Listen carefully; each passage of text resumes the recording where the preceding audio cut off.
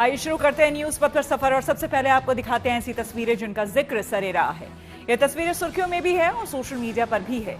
इनसे आपका बाखबर होना बेहद जरूरी है क्योंकि चौराहे पर इन्हीं की चर्चा है और चर्चा इंडिया गेट पर सारंग संगीतमय यात्रा की भी है। ये मनमोहक तस्वीरें हैं दिल्ली के इंडिया गेट की, जहां भारतीय वायुसेना और जर्मन सशस्त्र बलों के माउंटेन बैंड ने साझा बैंड प्रदर्शन से समापन दिया। एक साथ एक ही तरह के कई वाद्य यंत्र की प्रस्तुति ने दर्शकों को मंत्रमुग्ध कर दिया। सारंग संगीतमय यात्रा नाम के इस कार्यक्रम में भारतीय शास्त्रीय लय और पश्चिमी सुरों के मिश्रण से सजी शाम में देशभक्ति के भावपूर्ण गायन की प्रस्तुति के जरिए राष्ट्र के लिए जीवन समर्पित करने वाले सैनिकों की निस्वार्थ भावना को श्रद्धांजलि दी गई। भारतीय और जर्मन संगीतकारों के साझा रूप से प्रस्तुत इस कार्यक्रम ने गर्व की अद्भुत भावना जगाई, साथ ही दोनों देशों के आपसी समन्वय को प्रदर्शित किया।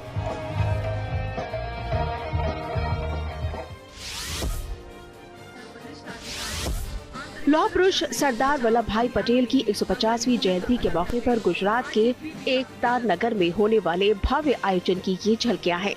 स्टैच्यू ऑफ यूनिटी पर एकता परेड की रिहर्सल में केंद्रीय सशस्त्र पुलिस बल BSF, CRPF, CISF, ITBP, SSB और कई राज्यों की पुलिस टुकड़ियां शामिल रहीं। एनसीसी कैडेट और स्कूल बैंड ने भी अपने प्रदर्शन से माहौल को और भी भव्य बनाया। परेड में बीएसएफ का स्वदेशी नस्ल वाला डॉग स्क्वाड, गुजरात पुलिस का घुड़सवार दस्ता, असम पुलिस का डियर डेविल मोटरसाइकिल शो और बीएसएफ का ऊंट दल भी लोगों के आकर्षण का केंद्र रहा। राष्ट्रीय सुरक्षा बल एनएसजी, एनडीआरएफ और 10 राज्यों की झांकियों ने विविधता में एकता की थीम को जीवंत कर दिया। तो वहीं हवा में भारतीय वायु सेना की सूर्य किरण की टीम ने एयर शो से परेड की शान बढ़ा दी। सीआरपीएफ और सीआईएसएफ की महिला कर्मियों ने मार्शल आर्ट और शस्त्र विहीन कौशल का प्रदर्शन भी किया। 31 अक्टूबर को होने वाले भव्य कार्यक्रम में इस बार प्रधानमंत्री नरेंद्र मोदी को गार्ड ऑफ ऑनर नारी शक्तियां देंगी। आईपीएस ऑफिसर और अर्धसैनिक बलों की महिलाएं हर एक टुकड़ी को लीड करेंगी। अभी तक आपने ट्रैफिक सिग्नल पर गोल आकार में हरी, पीली और लाल लाइट्स को ही देखा होगा, लेकिन जयपुर में ट्रैफिक सिग्नल पर रेड लाइट देखकर परेशान होने वालों के लिए सुकून देने वाला हल निकाल लिया गया है। ये रेड लाइट दिल के आकार की में है। यहाँ ट्रैफिक पुलिस ने करीब 20 प्रमुख चौराहों पर ये अनूठा प्रयोग शुरू किया है। बतौर ट्रायल पहले चरण में लगाई गई इस लाइट को लेकर लोगों की प्रतिक्रिया बेहद उत्साहजनक रही है। ऐसा लगता है कि ये रेड सिग्नल प्यार से कह रहा हो, रुको, सुरक्षित रहो, घर पर कोई तुम्हारा इंतजार कर रहा है। ये तस्वीरें श्रीनगर के मुगल गार्डन की हैं, जहां बड़ी संख्या में पर्यटक शानदार मौसम का लुत्फ उठाने के लिए पहुंच रहे हैं। शरद ऋतु के आगमन के साथ ही इस गार्डन में चिनार के पेड़ों की सुंदरता देखते ही बढ़ रही है। इस पेड़ की पत्तियां नीचे गिरकर गार्डन के रास्तों पर कालीन बिछे होने का नजारा पेश कर रही है। मुगल गार्डन शरद ऋतु की कोमल धूप में सुनहरे रंगों में चमकता नजर आ रहा है, जो पर्यटकों को अपनी ओर आकर्षित कर रहा है। पर्यटक यहाँ के नजारों को देखकर मंत्रमुग्ध हो रहे हैं।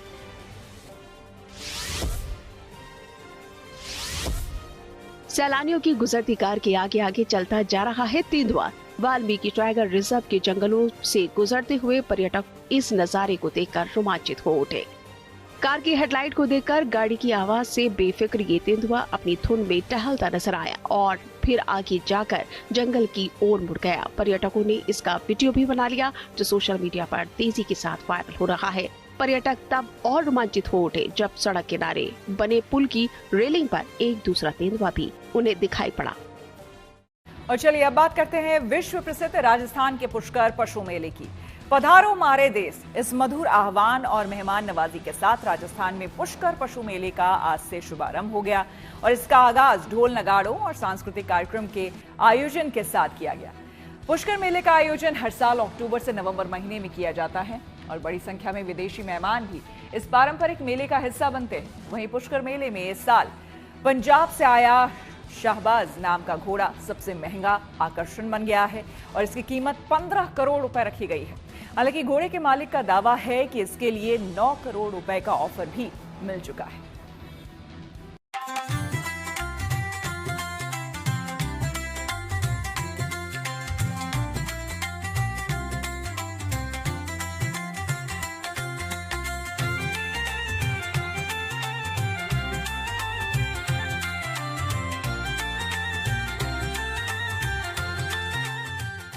राजस्थान के शहर पुष्कर में जश्न का माहौल है।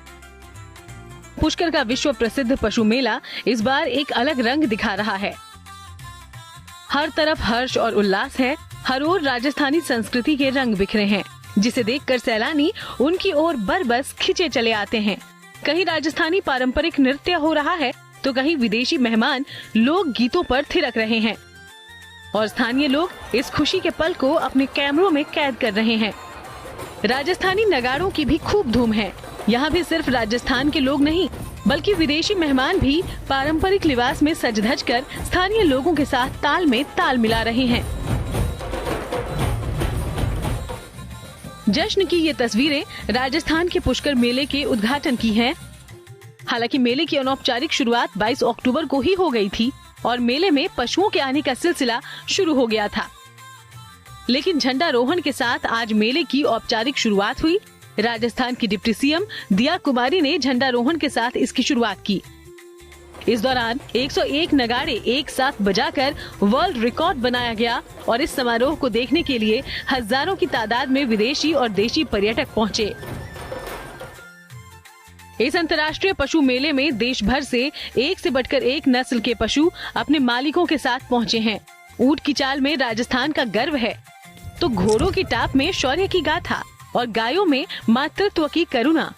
यहाँ सिर्फ इन पशुओं की खरीद और बिक्री नहीं होती बल्कि ये मनुष्य और पशु के बीच गहरे संबंध को भी दर्शाता है। मेले में पंजाब से आए मारवाड़ी नस्ल के शहबाज घोड़े से मिलिए जो अब तक कई शो जीत चुका है। ये अब तक जिस शो में भी गया वहाँ से जीत कर ही लौटा। इसकी राजसी चाल, बेदाग बनावट लोगों को आकर्षित किए बगैर नहीं रहती। इसकी लंबाई 65 इंच है और इसकी कीमत है करीब 15 करोड़। डिमांड की बात करें तो लगभग डिमांड सर अभी तो वैसे इसको देने का अभी कोई विचार तो कम है, बट हमने 15 करोड़ रुपया इसका आस्किंग प्राइस रखा है और काफी अच्छी हमें ऑफर घर पे इसकी हुई भी है। लगभग 9 करोड़ रुपया ऑफर्ड है इसको। पर अब आगे एक बार इसके बच्चे बच्चियां कुछ स्टैंड हो जाए फिर देखते हैं क्या बने। मेले में साबरमती नस्ल के युवराज भैंसे की भी खूब धूम है जो गंगानगर से चलकर पुष्कर मेले में अपना टशन दिखा रहा है। इसका वजन 800 किलो है और बहुत शांत स्वभाव का है। इसकी कीमत 35 लाख रुपए है। युवराज की डाइट भी शाही है। इसके डाइट के अंदर हम काजू बादाम, घी, दूध और खल, बिनोला और चने ये डाइट्स में देते हैं। मक्का देते हैं, चारा देते हैं हरा। मेले में एक से बढ़कर एक गाय भी पहुंची है, छोटी से लेकर बड़ी गाय तक। कई नस्ल की गाय मेले में मौजूद है और लोगों को खूब आकर्षित कर रही है। अब जरा इस क्यूट से बछड़े से भी मिलिए जो दक्षिण भारतीय नस्ल का है। एक समय पर ये विलुप्त होने के कगार पर था, लेकिन साझा प्रयासों से अब ये पुनर्जीवित हो रहा है। सबसे छोटी गाय मैंने इस बार प्रदर्शनी में 16 इंची की लगाई है, मेरे हाथ में है। ये भी 2 महीने की बच्ची है, 16 इंची की। और सबसे बड़ी बिच्छुर की 35 इंच, मतलब 3 फीट से भी 1 इंच छोटी। और क्या खासियत है, कहाँ? ये दक्षिण भारत की ब्रीडें हैं और अब विलुप्ति की कगार पे है, लेकिन अब संवर्धन में हम जैसे बहुत जने लगे हुए हैं, तो बस वहीं से कलेक्शन करके अब धीरे धीरे हम बढ़ा रहे हैं। पुष्कर का ये पशु मेला भारत के कृषि गौरव, सांस्कृतिक समृद्धि, मनुष्यों और उनके पशुओं के बीच स्थानीय संबंध को दर्शाता है और भारत की संस्कृति को जन जन तक पहुंचाता है। इस मेले में बड़ी संख्या में लोग जुट रहे हैं। बहुत से विदेशी मेहमान तो आ चुके हैं, अभी और मेहमानों के आने का इंतजार है। 5 नवंबर तक चलने वाले इस मेले में देश विदेश से हजारों पर्यटकों के पहुंचने की उम्मीद है। ये मेला धार्मिक आस्था के साथ साथ राजस्थान की लोक कला, संगीत, हस्तशिल्प और परंपराओं का अद्वितीय संगम प्रस्तुत करता है। पुष्कर से दिनेश पराशर के साथ bureau report, good news today. Kashmir में शरद ऋतु में गुलदाउदी गार्डन बनेगा पर्यटन का नया केंद्र और आज गोपाष्टमी के साथ मनाई जा रही है आंवला नवमी। आइए सीधे आपको लिए चलते हैं न्यूज एक्सप्रेस पर, जहां देश भर की कुछ और जरूरी खबरें कर रही हैं आपका इंतजार। श्रीनगर के जबरवान वन इलाके में बागे गुल दाऊदी कश्मीर का नया पर्यटन केंद्र बन गया है। ये उद्यान घाटी के पर्यटन और फ्लोरिकल्चर में महत्वपूर्ण योगदान देने वाला साबित होगा। पीले, लाल, गुलाबी और बैंगनी फूलों से सजा ये गार्डन घाटी के पर्यटन कैलेंडर में नए रंग और आकर्षण भरेगा। सीएम उमर अब्दुल्ला ने इस गुलदाउदी उद्यान का शुभारंभ किया। उनका कहना है कि ये पहल पर्यटन में ऑफ सीजन की कमी को पूरा करेगा। ट्यूलिप गार्डन से इसकी तुलना करते हुए सीएम ने कहा, जिस तरह ट्यूलिप गार्डन ने वसंत ऋतु के पर्यटन सीजन को बदल दिया, उसी तरह गुलदाउदी गार्डन कश्मीर में शरद ऋतु के पर्यटन को नई परिभाषा देगा। बागे गुले दाऊद के खुलते ही पर्यटक यहाँ बड़ी संख्या में पहुँच रहे हैं और सेल्फी ले रहे हैं। हिमाचल प्रदेश का किन्नौर जिला आस्था और परंपरा की जीवंत मिसाल है। यहाँ इस बार अनूठी देव परंपरा निभाई गई, जिसमें हिरमा माता का अपने देव पुत्र पुत्रियों से ऐतिहासिक मिलन होता है। किन्नौर के प्रमुख देवी हिरमा माता को किन्नौर के देवी देवताओं की मां माना जाता है।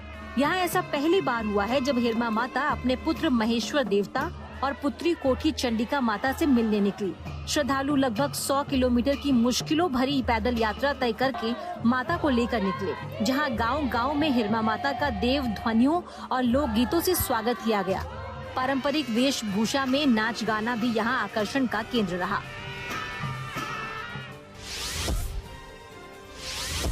एमपी के इंदौर में आंवला नवमी के मौके पर प्राचीन रणजीत हनुमान मंदिर में इस बार भी भव्य अन्नकूट महोत्सव का आयोजन किया गया। इसमें करीब 50,000 श्रद्धालुओं के लिए विशेष चलित भंडारे की व्यवस्था की गई। भंडारा शुरू करने से पहले भगवान रणजीत हनुमान को विशेष भोग लगाया गया। इसके बाद भक्तों को प्रसाद दिया गया। मंदिर परिसर में भक्तों की सुविधा को ध्यान में रखते हुए सुरक्षा और व्यवस्था के भी पुख्ता इंतजाम किए गए। मंदिर में आने वाले श्रद्धालुओं के अलावा भंडारे का प्रसाद शहर के 101 अन्य मंदिरों में भी बांटा जाएगा। अक्षय नवमी यानी आंवला नवमी संगम नगरी प्रयागराज में भी बड़ी धूमधाम से मनाया गया। आंवले के पेड़ के नीचे पहले महिलाओं ने आरती उतारी, फिर भगवान विष्णु से अपने परिवार के सुख शांति की कामना की, फिर पेड़ के नीचे भजन आदि कर परिवार सहित भोजन किया। हिंदू धर्म में आंवला नवमी का विशेष महत्व है। लोग आंवले के पेड़ की पूजा कर उसके नीचे खाना बनाते और खाते हैं। मान्यता है कि कार्तिक महीने में भगवान विष्णु आंवले के पेड़ में वास करते हैं और आंवले का पेड़ भगवान विष्णु को प्रिय है, ऐसा माना जाता है। कहा जाता है कि इसमें लक्ष्मी का भी वास होता है, इसीलिए इसकी पूजा करने से हर मनोकामना पूरी होती है।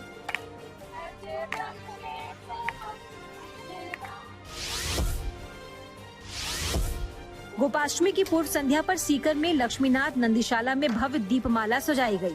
नंदीशाला को करीब 5100 दियों से रोशन किया गया। हजारों दीपों की रोशनी से चारों ओर एक अद्भुत अनूठा नजारा भक्तों को देखने को मिला। सैकड़ों लोगों ने यहाँ महाआरती कर सुख शांति समृद्धि की कामना की और जय गौ माता और जय नंदी भगवान के जयकारे लगाए।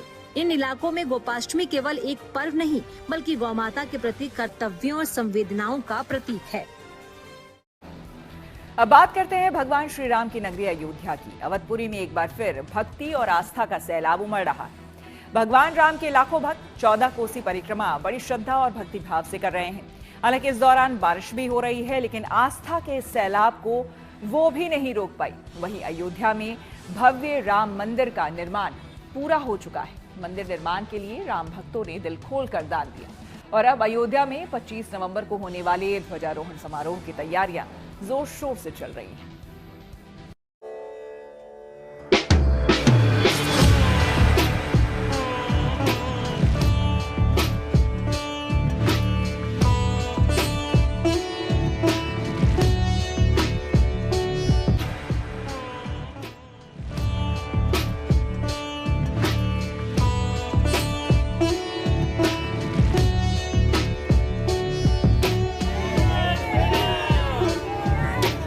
मर्यादा पुरुषोत्तम भगवान श्री राम की नगरी अयोध्या।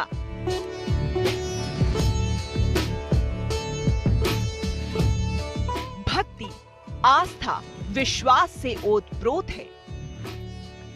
भगवान राम की जन्मस्थली अवधपुरी में आध्यात्मिक चेतना से जुड़े बड़े उत्सवों में शामिल 14 कोसी परिक्रमा शुरू हो गई है। आज प्रातःकाल 4:43 से शुरू हुई परिक्रमा के लिए राम भक्तों का आगमन आधी रात में ही राम की पैड़ी पर शुरू हो गया और मोक्षदायिनी सरयू में स्नान, ध्यान और पूजा पाठ करके लाखों की संख्या में श्रद्धालुओं के कदम एक साथ परिक्रमा पथ पर बढ़ चले।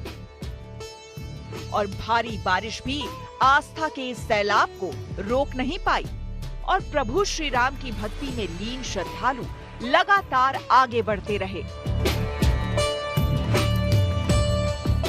इस वक्त हम खड़े हैं अयोध्या के 14 कोसी परिक्रमा मार्ग पे और यहाँ पे आप देख रहे हैं जो भक्त हैं वो लगातार भारी बारिश के चलते जो है इन पथों पर जो है नंगे पांव जो है इसी राम पथ पे, भक्ति पथ पे, 14 कोसी पथ पे चलते हुए नजर आ रहे हैं। जो श्रद्धा भाव है उसको दिल में लिए हैं और जो बारिश का जो सैलाब है वो आस्था के सैलाब को कहीं ना कहीं रोकता नजर नहीं आ रहा है। और ये जो इनका जो भक्ति का सैलाब है वो आप लगातार देख रहे हैं। और सीधा बात करें, कहाँ से आ रहे हैं? 8 घंटे से। 8 घंटे से चल रहे हो? जी भाई। तो कितने किलोमीटर अभी तय करना होगी आपकी, कितनी बची है? अब हमारा हो गया है वही 55 किलोमीटर। हाँ, 5 किलोमीटर अभी बचा हुआ है। कहाँ से आ रहे हैं आप? हम आ रहे हैं इब्राहिमपुर से। आप भी साथ में हो? आप लोग ने पन्नी नहीं ली, इतनी बारिश में भी आप लोग चल रहे हो? बिल्कुल, अब आए थे परिक्रमा के लिए तो इसीलिए चल रहे हैं, नहीं तो काफी टाइम लग जाएगा ना। आस्था के सैलाब आपका है, यानी कि आपका बहुत अंदर। बिल्कुल सर जी। आप भी साथ में हो, भगवान जुड़े हो, कैसा लग रहा है? बस अच्छा लग रहा है। तो देखिए इनके अंदर कहीं ना कहीं राम भक्ति दिख रही है और लोग हमारे पीछे हैं। लोगों ने जो है अपने सर पे जो है पन्नी डाल रखी है और भगवान श्री राम की जो आस्था है उसको कहीं ना कहीं दिखाते हुए, और यहाँ पे जो श्रद्धालु हैं उनकी भीड़ आप देख रहे हैं। आप अगर हम कहेंगे तो आप दिखाएंगे अपने सहयोगी से कि आप इनके पैरों पे जरा दिखाइए कि इनके जो पैर हैं वो उनमें चप्पल नहीं है और जो है नंगे पांव हैं वो इस धरती पर चल रहे हैं। भगवान श्री मर्यादा पुरुषोत्तम श्री राम की ये धरती है अयोध्या और ये 14 कोस की परिक्रमा है और ये सुबह 4 बजे से जो है शुरुआत हो गई है।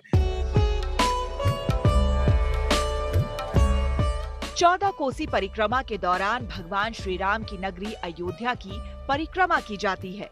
इस परिक्रमा के पीछे मान्यता है कि परिक्रमा मार्ग पर एक कदम चलने भर से पिछले जन्म के तमाम पाप धुल जाते हैं।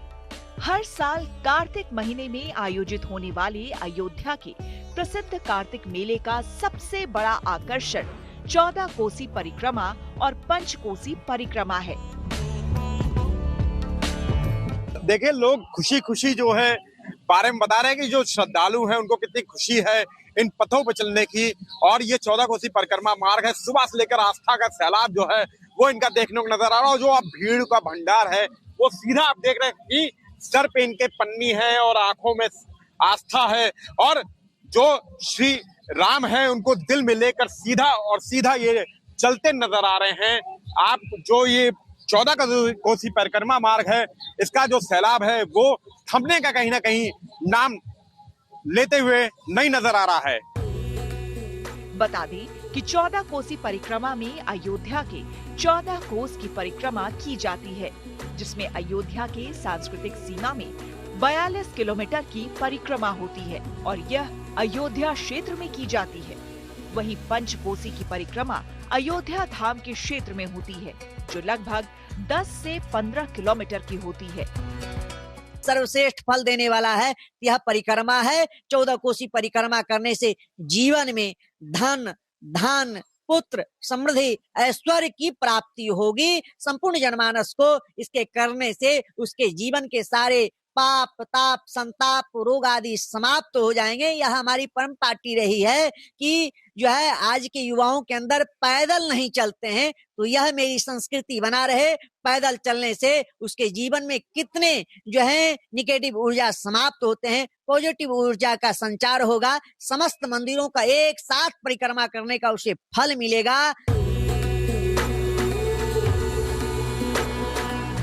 वहीं इससे पहले राम भक्तों के लिए अयोध्या धाम से बड़ी खुशखबरी भी आई।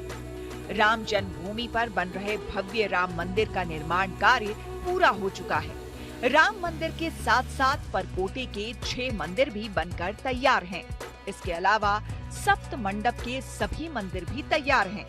यानी देश दुनिया में मौजूद करोड़ों राम भक्तों की सदियों पुरानी आस्था अब साकार रूप ले चुकी है। अयोध्या में श्री राम जन्मभूमि मंदिर और एसोसिएटेड स्ट्रक्चर्स सभी का निर्माण कार्य पूर्ण है। मंदिर जो पत्थरों का बना है, नागर शैली में है, उसका निर्माण पूर्ण हो चुका है। मंदिर परिसर में सड़कें बननी है। कौन कौन से संपर्क मार्ग होंगे उसकी ड्राइंग बनी है। मंदिर में लैंडस्केपिंग अर्थात भूमि का सौंदर्यीकरण, हरियाली का निर्माण, ये सड़कें बनाने का काम लार्सन टुब्रो तेज गति से कर रहा है।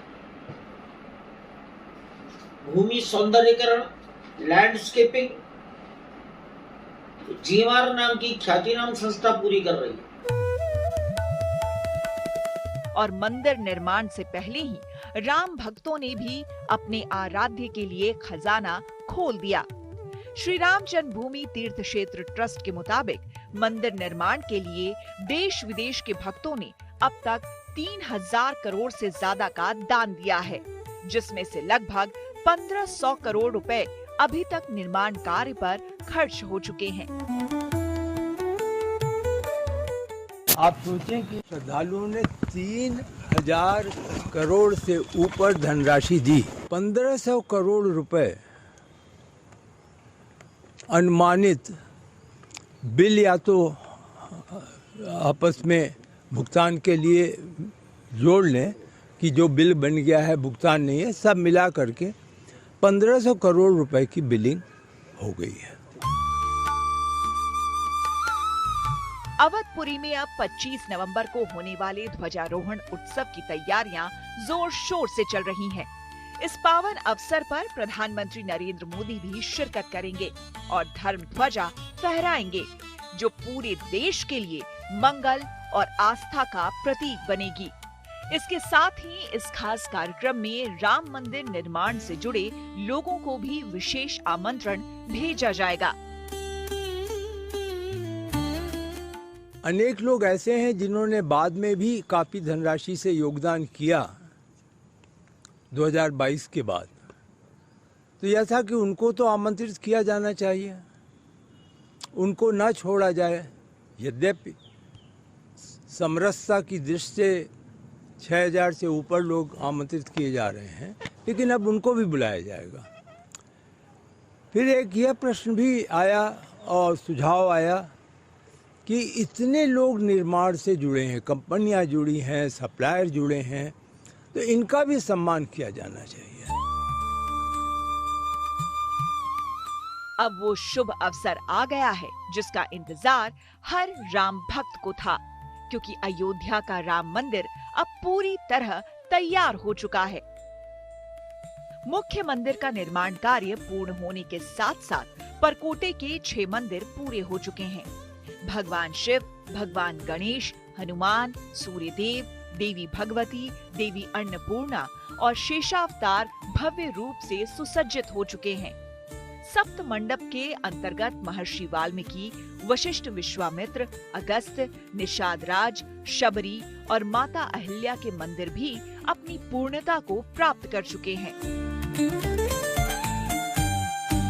फिलहाल अयोध्या में भक्ति और उल्लास का माहौल है। धर्म, संस्कृति और सनातन आस्था के उजाले में भगवान राम की नगरी अवधपुरी एक बार फिर जगमगा रही है, क्योंकि ये सिर्फ एक मंदिर नहीं बल्कि भक्ति, आस्था और विश्वास का जीवंत प्रतीक है। अयोध्या से मयंक शुक्ला के साथ bureau report, good news today. News पथ पर आगे है धन बाजार, जहां शेयर बाजार से लेकर कारोबार तक की सभी अहम खबरें होती हैं, जिसका सीधा रिश्ता आपकी आमदनी आपकी जेब से होता है। तो तेज रफ्तार खबरों के बीच ये जरूरी खबरें छूट न जाए, इसलिए सीधे आपको लिए चलते हैं धन बाजार। ताजा फॉरेन कैपिटल विड्रॉल और अमेरिकी फेडरल रिजर्व के भविष्य में ब्याज दरों पर कोई फैसला नहीं लिए जाने से इन्वेस्टर्स प्रभावित हुए, जिसके चलते आज गुरुवार 30 अक्टूबर को शेयर बाजारों में भारी गिरावट आई और सेंसेक्स 592.67 अंक टूटकर 84,404.46 अंक पर बंद हुआ। वहीं निफ्टी 176.05 अंक गिरकर 25,877.85 अंक पर आ गया। फेडरल रिजर्व के ब्याज दरों में कटौती की धीमी गति का असर सोना और चांदी के भावों में भी देखने को मिला।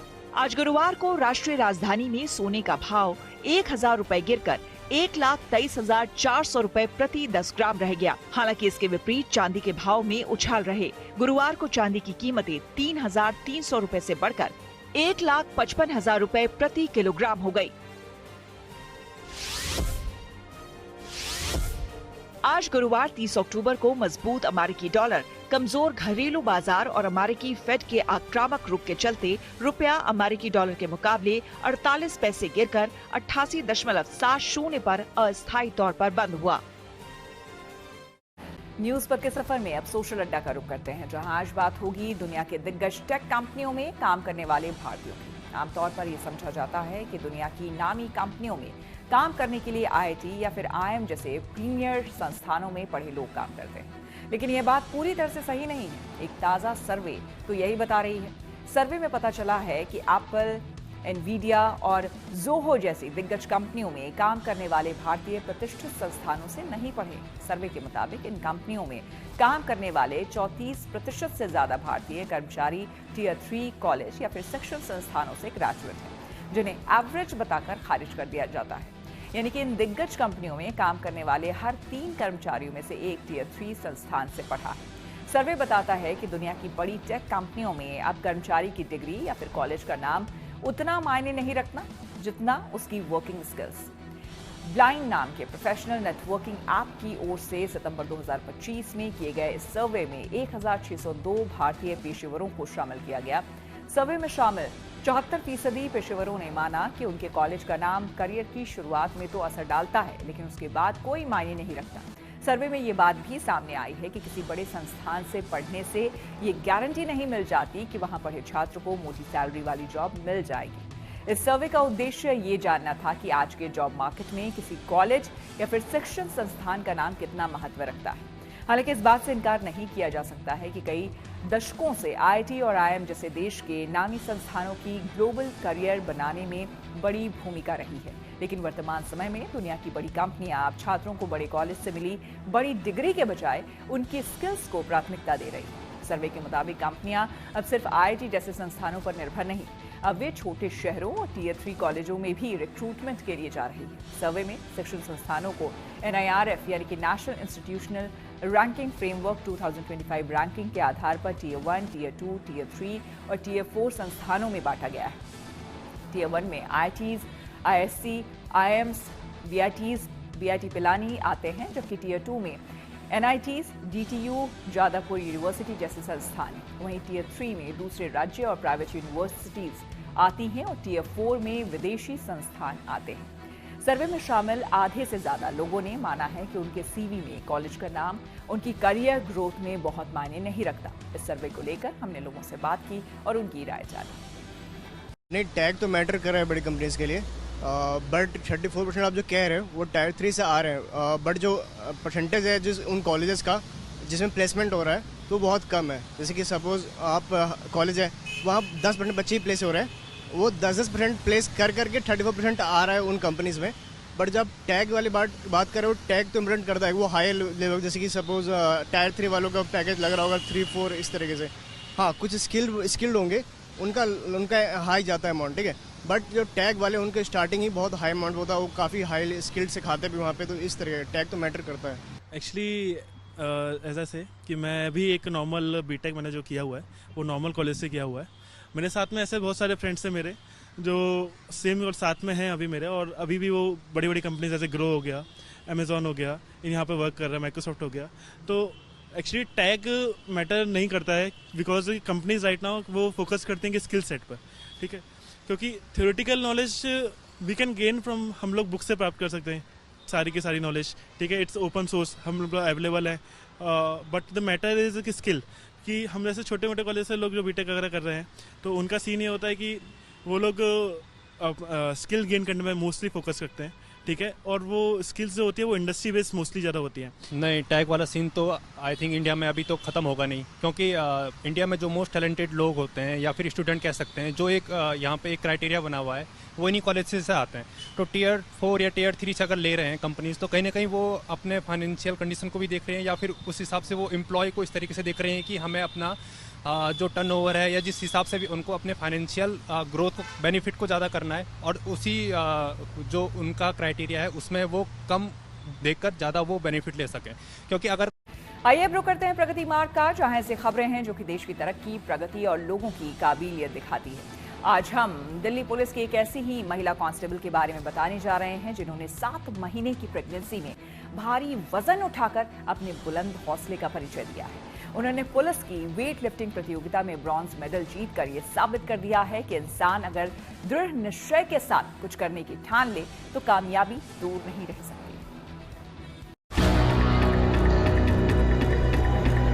महिलाएं हर क्षेत्र में कामयाबी के परचम लहरा रही हैं।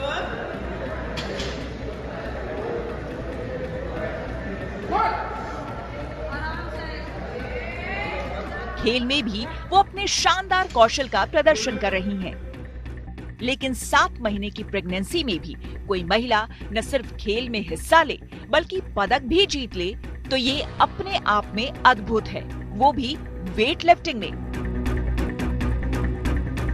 दिल्ली पुलिस की महिला कांस्टेबल सोनिका यादव ने अपने बुलंद हौसले के दम पर ऐसा ही कर दिखाया है। 7 महीने की प्रेग्नेंट सोनिका यादव ने आंध्र प्रदेश के अमरावती में आयोजित all India police weight lifting cluster 2025-26 में 125 kilo squats, 80 kilo bench press और 145 किलो का डेडलिफ्ट उठाकर कंपटीशन का ब्रॉन्ज मेडल अपने नाम किया। शुरुआत में सबको, मेरी और बच्चे दोनों की बहुत चिंता थी, तो सबने मुझे कहा कि आप इससे बैकआउट कर सकते हो, क्योंकि ये कोई ऐसी प्रतियोगिता नहीं है जो दोबारा कभी नहीं आएगी, ये हर साल आती है, आप अगले साल भी इसमें पार्टिसिपेट कर पाएंगे। लेकिन फिर मैंने अपनी डॉक्टर से बात की, अपने कोच से बात की, तो उन सब ने मुझे कहा कि अपनी बॉडी के लिमिट्स के अंदर रहते हुए, उन्हें एक्सीड ना करते हुए अगर आप इस प्रतियोगिता में भाग लेते हो और सारी जितनी भी प्रिकॉशंस है उन्हें फॉलो करते हो तो आप इसमें भाग ले सकते हो। पहले तो उन लोगों ने मना किया था, लेकिन उसके बाद फैमिली ने मुझे बहुत सपोर्ट किया और जब मेडल आ गया तब वो लोग बहुत ज्यादा खुश थे, क्योंकि कहीं ना कहीं मैं और मेरा परिवार सिर्फ इस प्रतियोगिता में भाग लेने के लिए ही तैयार थे, लेकिन मेरी परफॉर्मेंस से या मेरी मेहनत से मुझे मेडल मिला, इसके लिए मेरा परिवार बहुत बहुत ज्यादा खुश है। तो वैसे ही डिसाइड हो गया था कि हम सिर्फ पार्टिसिपेट करेंगे और कोशिश करेंगे कि बॉडी को ज्यादा लिमिट को पुश ना करे। तो तैयारी सर मेरी इसकी पिछले साल से ही थी। 7 महीने की प्रेगनेंसी में किसी भी महिला को आमतौर पर वजन उठाने से मना किया जाता है। जाहिर है हर किसी की शुरू में हिचक की वजह यही थी, लेकिन सोनिया ने अपनी मजबूत इच्छा शक्ति के दम पर 84 किलोग्राम कैटेगरी में शामिल होना तय किया, जिसके बाद पति, परिवार से लेकर दिल्ली पुलिस तक ने सोनिया के इस फैसले का सम्मान करते हुए पूरा सहयोग किया और हौसला बढ़ाया। डॉक्टर से हरी झंडी मिलने के बाद सोनिया ने प्रतियोगिता में अपना दमखम दिखाते हुए कांस्य पदक पर कब्जा जमाया। 7 जो प्रतियोगी थे उन लोगों का क्या रिएक्शन था जब आप वहां पे गईं? सर, जो हमारी दिल्ली पुलिस की टीम गई थी उस टीम को तो पता था कि मैं प्रेग्नेंट हूँ, लेकिन जो वहां पर अदर स्टेट्स पुलिस की टीम आई हुई थी उन्हें नहीं पता था कि मैं प्रेग्नेंट हूँ। अच्छा, किसी ने सवाल नहीं उठाया कि भाई वेट एक लोग नहीं 2 लोग मिलके उठा रहे हैं, ऐसा तो नहीं किसी ने कहा? नहीं सर, ऐसा किसी ने नहीं कहा, बट हाँ मेडल मिलने के बाद मुझे काफी लोगों ने ये कहा कि ये मेडल तो मैम आधा हो गया, आधा मेडल तो ये किसी और का ही है। मैंने कहा ये पूरा ही उसी का है, क्योंकि ये मेडल मेरे से ज्यादा मेरे बच्चे का ही है। नॉर्थ दिल्ली में कम्युनिटी पुलिसिंग सेल में बतौर कांस्टेबल तैनात सोनिया यादव की इस उपलब्धि पर दिल्ली पुलिस भी नाज कर रही है। प्रेगनेंसी के 7वें महीने में भारी वजन उठाकर इन्होंने प्रतियोगिता में अपने कौशल का जो शानदार प्रदर्शन किया, उसको लेकर डीसीपी नॉर्थ राजा बांटिया ने भी इनके हौसले की दाद दी है। दिल्ली से हिमांशु मिश्रा के साथ bureau report, good news today. बात हिमाचल की, जहां पर हर ओर कला और संस्कृति के साथ धर्म और आस्था का अनूठा संगम देखने को मिलता है। हिमालय के आंचल में बसे इस प्रदेश की एक धार्मिक मान्यता है देव संसद, जिसे स्थानीय भाषा में जगती कहा जाता है। कुल्लू की पुरातन राजधानी नग्गर में शुक्रवार यानी कि कल से देव संसद का आयोजन होने जा रहा है। इस पवित्र काम के लिए भगवान रघुनाथ के छड़ी बरदार महेश्वर सिंह की तरफ से 300 से ज्यादा देवी देवताओं को निमंत्रण पत्र भी भेजे गए हैं। इस जगती का साक्षी बनने के लिए देश ही नहीं बल्कि दुनिया भर से लोग यहाँ आते हैं।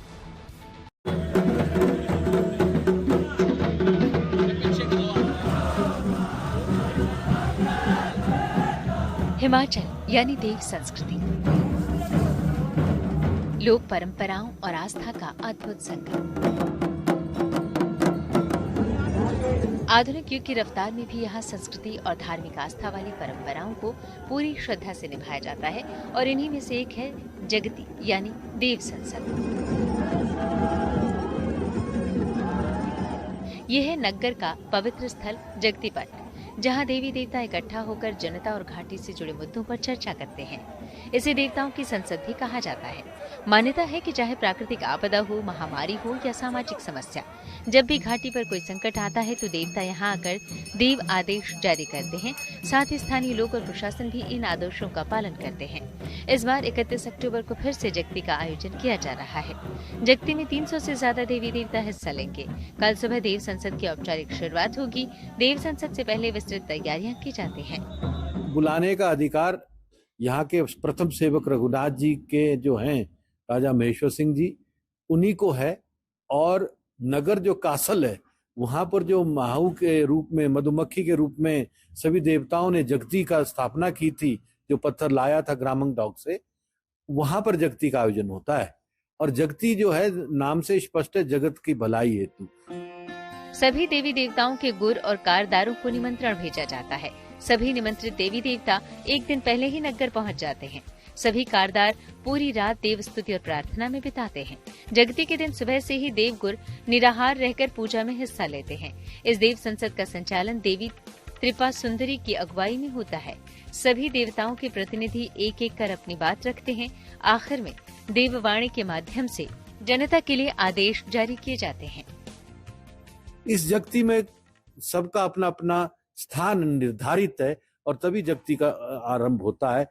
प्रथम जो दाईं तरफ है जगती के पट के, वो त्रिपुरा सुंदरी माता का गूर बैठेगा। उसके साथ ही यहाँ बाईं तरफ मलाने का जमलू का बैठेगा।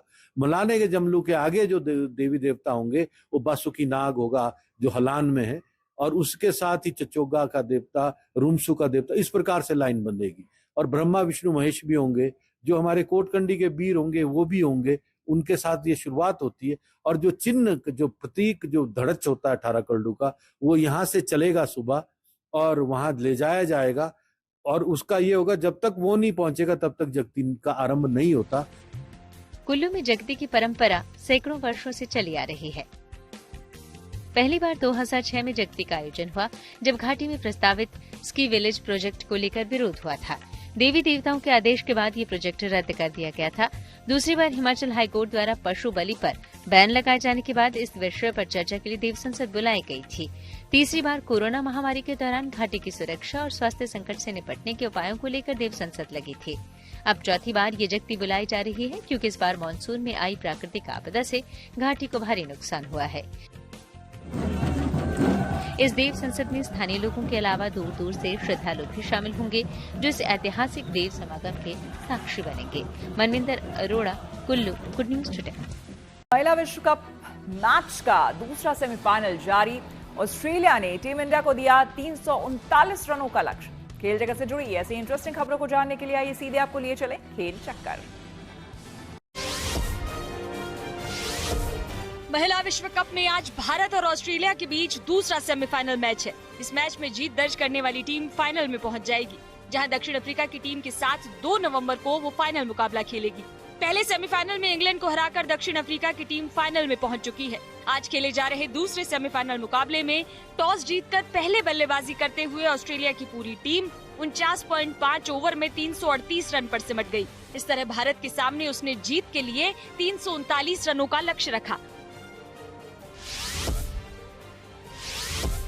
3 महीने की चोट और रिहैब के बाद ऋषभ पंत ने गुरुवार को क्रिकेट के मैदान पर वापसी की।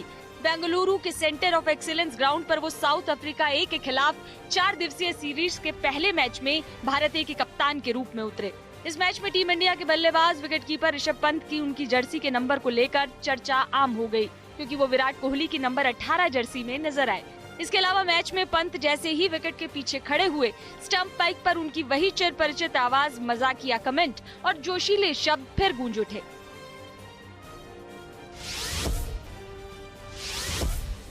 आईपीएल 2026 से पहले कोलकाता नाइट राइडर्स की टीम के कोचिंग सेटअप में बड़ा बदलाव हुआ है। केकेआर ने अभिषेक नायर को नया हेड कोच नियुक्त किया है। उनके लिए केकेआर में ये वापसी जैसा है। वे पहले भी इस फ्रेंचाइजी के असिस्टेंट कोच रह चुके हैं। भारत के लिए 3 वनडे मैच खेलने वाले नायर का असली योगदान बतौर कोच और मेंटर रहा है। उन्होंने टीम इंडिया के सपोर्ट स्टाफ के रूप में भी काम किया है। कुतुब गोल्फ लीग सीजन 2 का दिल्ली में किया गया ऐलान। 7 नवंबर से शुरू होकर 6 दिसंबर तक चलने वाले कुतुब गोल्फ लीग में 5 मैच होंगे, जिसमें 10 टीमें होंगी, जिसमें एक टीम में सिर्फ महिला गोल्फ खिलाड़ी होंगी। इसके अलावा बाकी 9 टीमों में भी 2 महिला खिलाड़ी होंगी। इसमें एक 60 साल की उम्र से ज्यादा के बुजुर्ग खिलाड़ी भी होंगे, तो एक खिलाड़ी 18 साल से कम उम्र का भी होगा।